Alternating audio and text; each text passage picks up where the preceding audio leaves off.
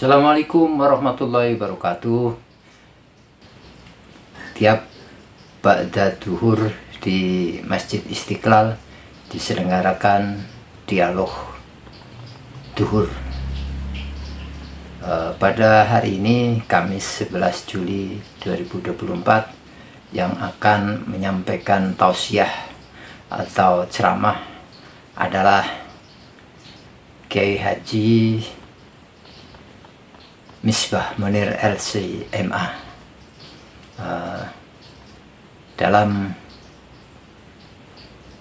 kesempatan ini tausiah bertema amalan-amalan bulan Muharram. Ikut lengkapnya. Bismillahirrahmanirrahim. Assalamualaikum warahmatullahi wabarakatuh. Bismillah, alhamdulillah, wassalatu wassalamu ala rasulillah Sayyidina Muhammad ibn Abdillahi wa ala alihi wa ashabihi wa man tabi'ahu wa walah, amma ba'du. Hadratal muhtaramin, para alim, para ulama, wabil khusus Imam Besar Masjid Istiqlal Profesor Dr. Kiai Haji Nazaruddin Umar, para jemaah sekalian, kita hari ini memasuki bulan Muharram. Bulan Muharram adalah salah satu bulan yang dimuliakan di dalam Islam, bahkan dimuliakan oleh Allah. Di dalam surat At-Taubah ayat 36 ditegaskan, A'udzu billahi minasyaitonir rajim. Inna iddatash syuhuri 'indallahi 12 syahran fi kitabillahi yawma khalaqas samawati wal ardh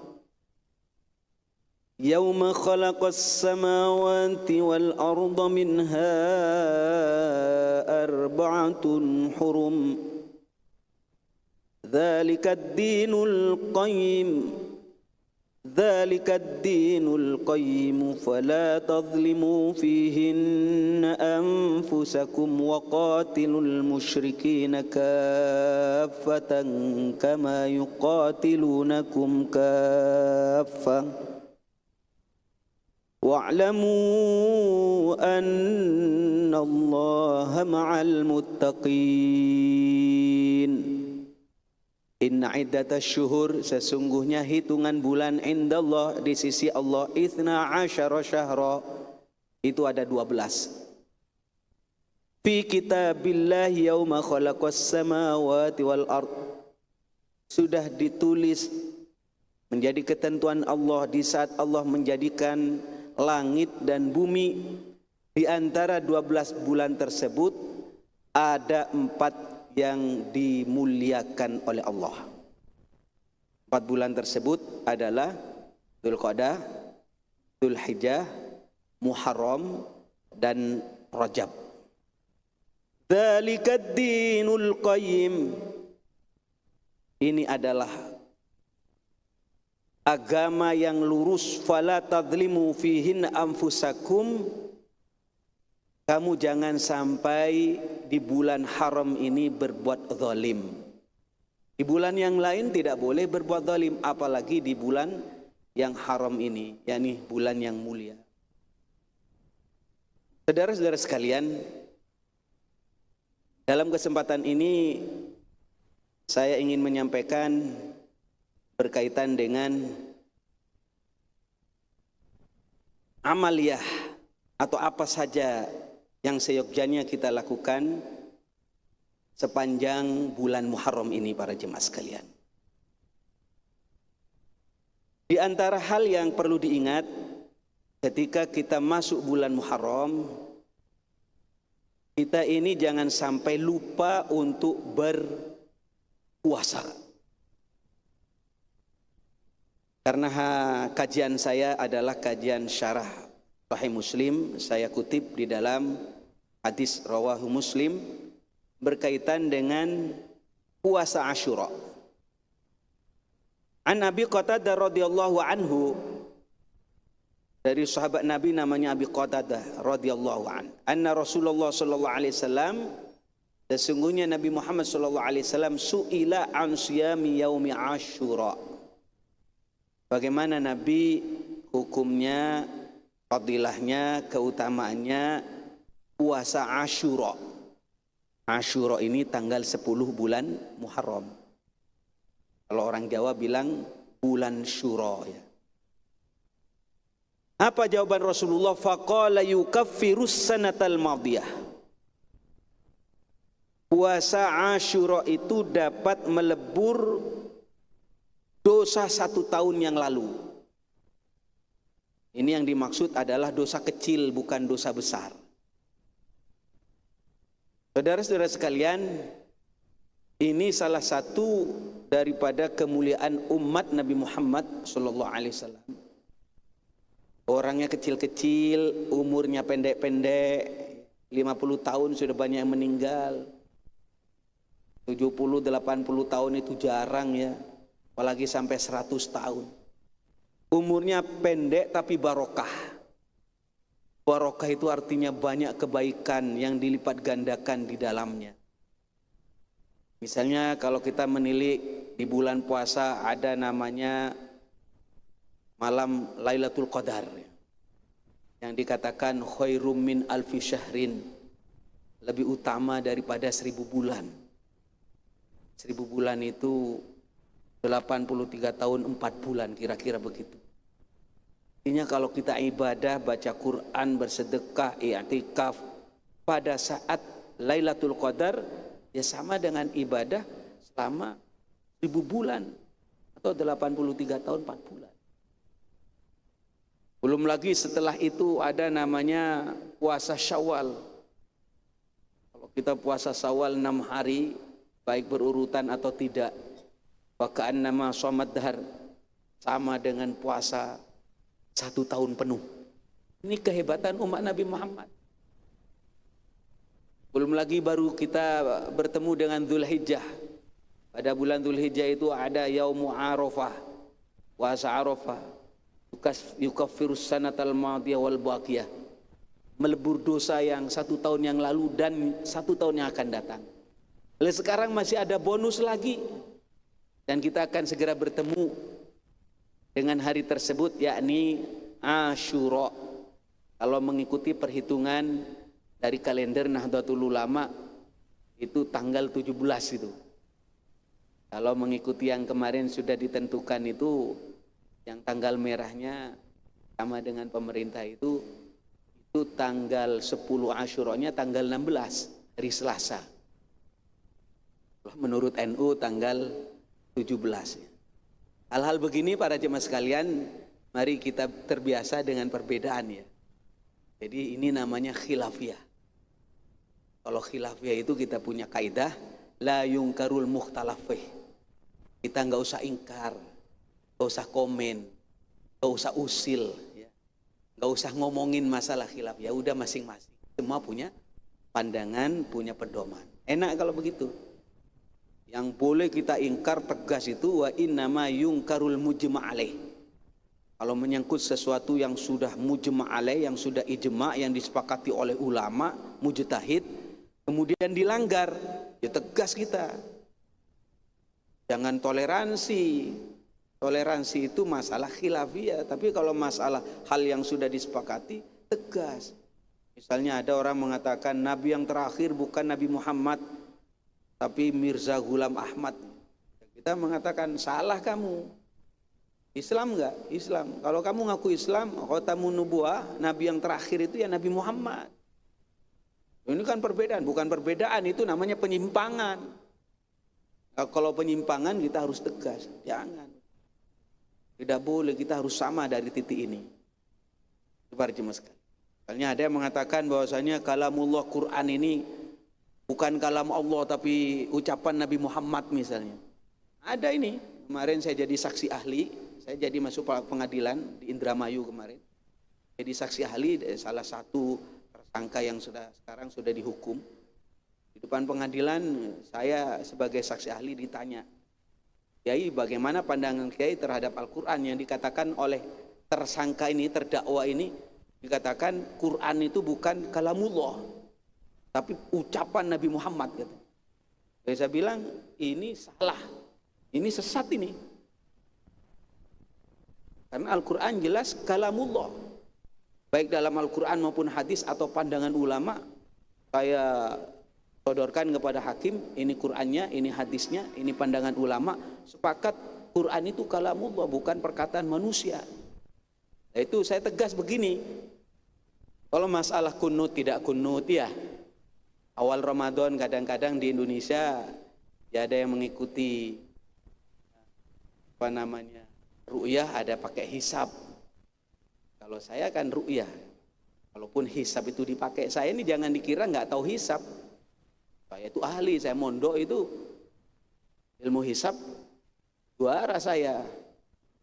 Cuma hisab itu saya tidak pakai untuk menentukan awal bulan, hanya membantu menentukan awal bulan Ramadan itu dengan ru'yah. Tapi kalau memang terjadi perbedaan, jangan habiskan energi kita untuk membahas perbedaan. Kalau saya ikut pemerintah saja gitu. Dan pemerintah menggunakan hisab dan ru'yah. Hisab dipakai, ru'yah dipakai. Ini para jemaah sekalian. Jadi sekali lagi, tanggal 10 nanti usahakan puasa. Lah tapi biar berbeda dengan orang Yahudi, jangan tanggal Asyura saja, tanggal 10 saja, tapi puasanya juga Tasu'a, tanggal 9. Ini ada sejarahnya. Karena satu ketika Sayyidina Rasulullah melihat orang Yahudi. Orang Yahudi itu pada berkumpul gitu ya, melakukan ritual ibadah, Mas Afkar. Ada apa kamu? Kok lagi berkumpul begini? Loh, Nabi Muhammad, ini sekarang tanggal 10 Muharram, Asyura. Loh, ada apa? Loh, kami orang Yahudi. Kami ini pengikut Nabi Musa. Pengikut Nabi Musa katanya. Loh, kenapa? Ya, Nabi Musa kan diselamatkan oleh Allah tanggal 10 Asyura. Diselamatkan dari kejaran Nabi Fir'aun. Kemudian Fir'aun ditenggelamkan oleh Allah tanggal 10 Asyura. Banyak peristiwa besar. Bahkan Nabi Adam alaihissalam diterima taubatnya tanggal 10 Asyura. Banyak peristiwa-peristiwa besar dalam sejarah Islam. Maka saya hormati peristiwa itu dengan melakukan ritual ibadah. Saya puasa hari ini, walaupun mungkin puasanya beda dengan kita ya. Tapi kami puasa. Apa jawaban Rasulullah? Nahnu ahaqqu wa aula bi Musa minkum. Saya ini lebih berhak, lebih pantas menghormat, mengikuti Nabi Musa daripada kamu. Kalau saya kan tauhidnya sama, la ilaha illallah Muhammadur Rasulullah. La ilaha illallah, tiada Tuhan yang berhak disembah kecuali Allah. Kalau kamu la ilaha illallah mengatakan bahwasanya Uzair anaknya Allah, beda. Jadi saya yang lebih berhak untuk mengikuti Nabi Musa. Akhirnya Nabi Muhammad SAW memerintahkan para sahabat, puasalah Asyura. Tapi Rasulullah menambahkan, biar beda sama orang Yahudi, puasa Tasu'a tanggal 9. Memang orang Yahudi ini para jemaah sekalian termasuk musuh yang harus diperjelas ya. Iya. Ihdinas syiratal mustaqim, syiratal ladzina an'amta 'alaihim ghairil maghdubi 'alaihim waladdallin. Jadi yang dimaksud ghairil maghdubi itu bukan jalannya orang yang kau murkai, orang Yahudi, waladdallin, dan bukan jalannya orang yang tersesat. Itu tafsirannya Nasrani. Jadi jelas kalimatnya. Mohon kepada Allah agar dijauhkan atau diselamatkan dari akidah mereka. Ya, soal mohon maaf, kita itu bertoleransi di dalam kehidupan sehari-hari, iyalah. Perbedaan tidak bisa dihindari di Indonesia, Pak ya. Kita ini berbeda agama, berbeda bahasa, itu sebuah realitas. Kita ini dilindungi, dipayungi oleh sebuah konsep berbangsa dan bernegara namanya Bhinneka Tunggal Ika. Lanjut para jemaah sekalian. Terus apa saja Pak Kiai selain puasa? Saya kutip misalnya di dalam kitab Kanzun Najah Wassurur. Kanzun Najah Wassurur. Di situ ada keterangan, ada 10 amalan yang seyogyanya kita amalkan pada pada bulan Muharram ini. Ini saya bacakan anunya Mas Afkar.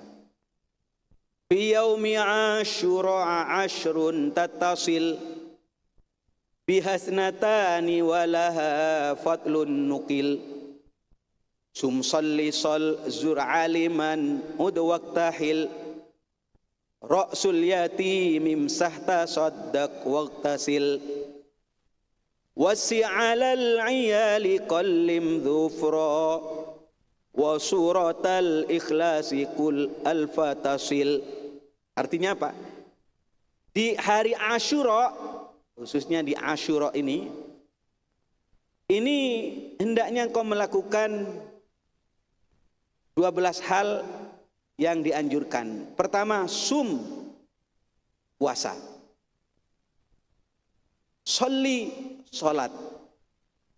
Sol, silaturahim. Silaturahim. Zur aliman, ziarah kepada orang alim, baik yang wafat maupun yang hidup. Ini penting Pak ya.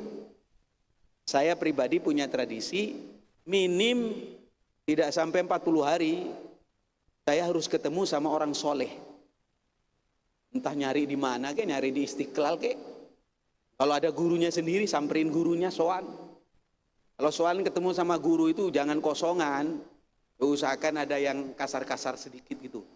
Iya Mas Afkar, ini kadang-kadang kita ini lupa kepada guru, kepada gurunya anak-anak kita. Kalau panjenengan sampean semua itu pingin anaknya jadi orang alim, atau cucunya jadi orang alim, atau mantunya jadi orang alim, hormati ulama. Utamanya guru-guru kita, guru-guru anak-anak kita. Ya guru SD-nya, guru SMP-nya, atau guru pesantrennya, pokok gurunya. Samperin, bukan nyogok, bukan. Musim duren, bawa duren. Ya, musim rambutan, bawa rambutan. Assalamualaikum Pak Yai. Sedikit. Itu beda. Saya punya abah ini, ayah saya nih. Kalau saya lagi mondok waktu itu, abah saya datang ke pondok. Bukan hanya ngirim saya, tapi datang dulu ke kiai. Ketemu sama kiai, salam. Ya ada. Itu ya. Ingat kiai saya itu. Makanya kalau saya jadi ustadz itu ada berkahnya hormat kepada. Kadang-kadang begini ini dilupakan sama ibu-ibu, sama bapak-bapak, pontang-panting ngajarin anak. Tapi dilupakan cara macam begini. Apalagi Pak Kiai, waktahil, pakai celak. Ra'sul yatim sah, mengusap anak yatim. Nah, jangan ngusap-ngusap doang, pakai duit. Bener. Ngusap sampai bonyok kepalanya. Maksudnya santunan. Iya. Wawasi alal iyal. Kemudian tanggal 10 khususnya, tanggal 10 Muharram nanti, lebihkan uang belanja kepada anak dan istri. Gimana caranya Afkar? Biasanya kasih belanja 200.000, 300.000 sehari. Saat itu kasih 1 juta, 2 juta. Nih, mah, masak yang enak. Jadi kelihatan makmur tanggal 10 itu. Kalau perlu bagi-bagi kepada tetangga. Kalau saya dari Jawa Timur Pak, kalau di Jawa Timur itu ada tradisi kalau bulan Asyura itu bikin bubur Asyura. Ada khasnya itu, bubur Asyura namanya. Itu dibagi-bagi pada tetangga itu. Bubur Asyura. Itu apa? Menunjukkan kemakmuran pada waktu 10 Muharram atau Asyura. Insya Allah ini, insya Allah kalau makmur tanggal 10 itu setahun makmur. Bapak ini kalau dikasih pahala nggak nyambung. Apa pahalanya Kiai? Di akhirat kejauhan Kiai. Tapi kalau apa fadilahnya? Nanti ente bisa kaya setahun gitu sajalah. Iya. Makanya tanggal 10 Muharram upayakan makmur. Insya Allah setiap hari, setiap bulan kehidupan kita akan dimakmurkan oleh Allah Subhanahu Wa Taala. Qalim dhufra, kemudian potong kuku. Wa surat al-ikhlas kul al-fatasil, kemudian membaca surat al-ikhlas 1000 kali. Itu memang sudah waktunya kita zikir. Para jemaah sekalian, cuma kalau memang ada yang dilembagakan menjadi budaya, jadi sebuah tradisi. Misalnya saya pernah melihat di dalam satu daerah itu baca kulhunya itu berkumpul ngundang tetangga. Qul huwallahu ahad, Allahus samad, lam yalid walam yulad walam. Setelah itu pulang bawa besek. Pada tanggal 10 Muharram itu. Lah, saya kaget. Ini tradisi, ini sudah tradisi turun temurun Pak Kiai. Setiap tanggal 10 Muharram itu kami sebenarnya mengamalkan yang Kiai terangkan itu. Cuma di sini sudah melembaga menjadi budaya. Hal-hal begini ini saya sebagai kiai harus mampu menganalisa dengan baik. Jangan sampai saya ini mulut saya usil.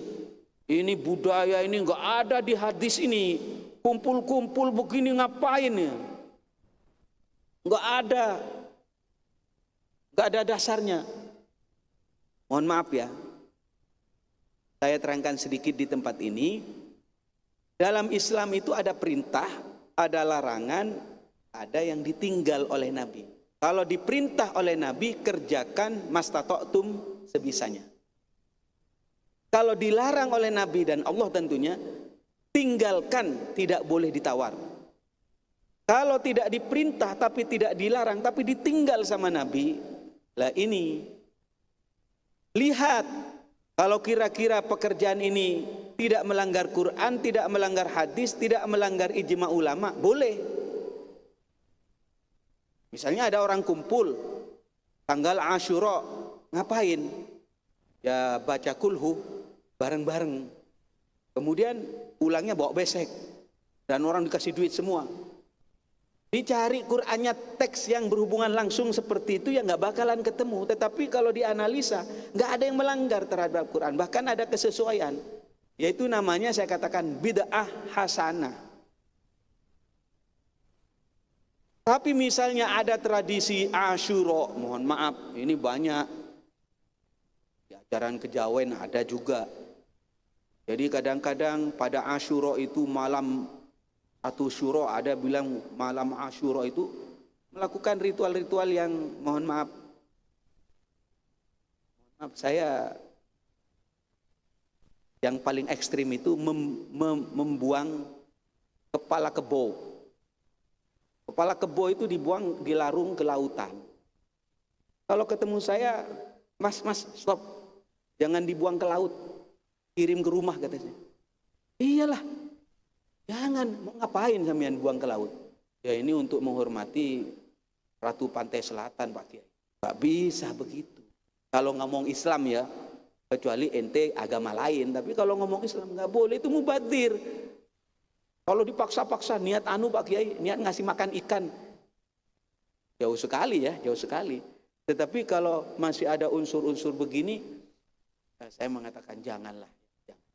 Tetapi ini normatif sebagai kalimat untuk pengajian. Tetapi untuk dakwah di lapangan, saya tidak brutal atau frontal Pak. Saya lihat dulu situasinya. Kadang-kadang kita itu menghadapi mereka itu dengan dakwah bilhal ya. Seperti Nabi Muhammad SAW melihat ada orang minum khamr. Kemudian ditanya, Nabi bagaimana hukumnya minum khamr itu? Fihi ma itsmun kabir wa manafi'ul linnas. Khamr itu ya dosa dan ada gunanya katanya. Begitu toleransi. Tapi setelah lama-lama kemudian kalau kamu melakukan sholat, jangan sampai kamu mabok. Khamr itu rijsun, kotor. Min amali syaitan, pekerjaan syaitan. Baru tegas di belakangan. Hal macam begini kalau sebagai kiai ustadz di lapangan, ya memang harus pandai-pandai menyesuaikan diri. Biar nggak mati konyol gitu ya. Mati konyol mas. Ya ini penting. Jadi hal macam begini ini kadang-kadang ini namanya dakwah di lapangan. Beda dengan dakwah dengan ceramah-ceramah. Kalau ceramah begini harus jelas, apalagi direkam di YouTube. Itu omongan saya dijadikan rujukan sama orang. Terima kasih, mudah-mudahan ada guna dan manfaatnya. Ini sebenarnya acara zuhur hari ini namanya dialog zuhur, bukan ceramah. Artinya harus ada ngobrol gitu ya. Kalau ada yang mau nanya silakan, kalau nggak ada ya nggak apa-apa Mas.